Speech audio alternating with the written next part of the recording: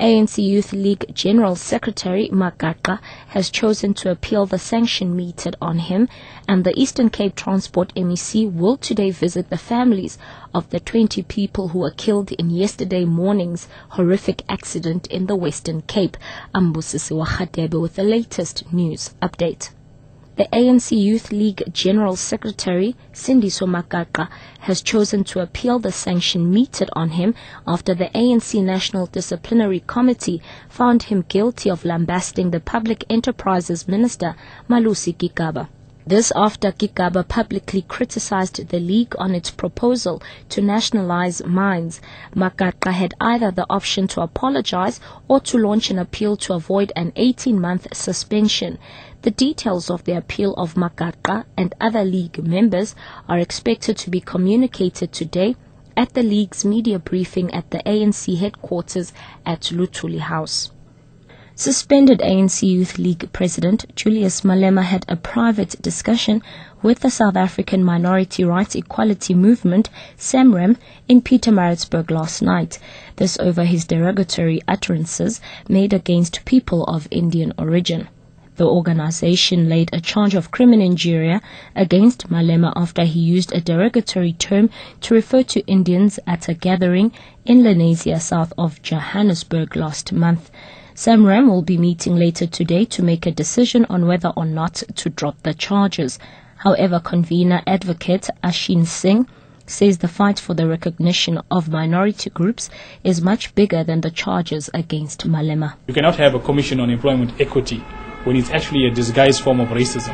How do you explain to people that they shouldn't get jobs because of their race? How do you explain to Indian women and colored women that despite the drive for equality between men and women and gender equality, that Indian women shouldn't get jobs because of their numbers and colored women shouldn't get jobs because of their numbers? How do you do that? So it's unacceptable.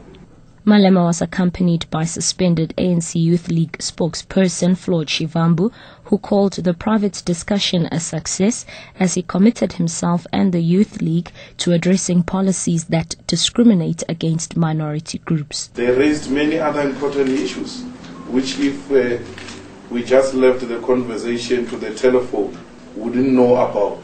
There is a legislation which seeks to marginalize the minorities, which are already marginalized. They want to marginalize them further. There is exclusion of students at the Nelson Mandela University, particularly Indians and colored, as alluded to by the statement.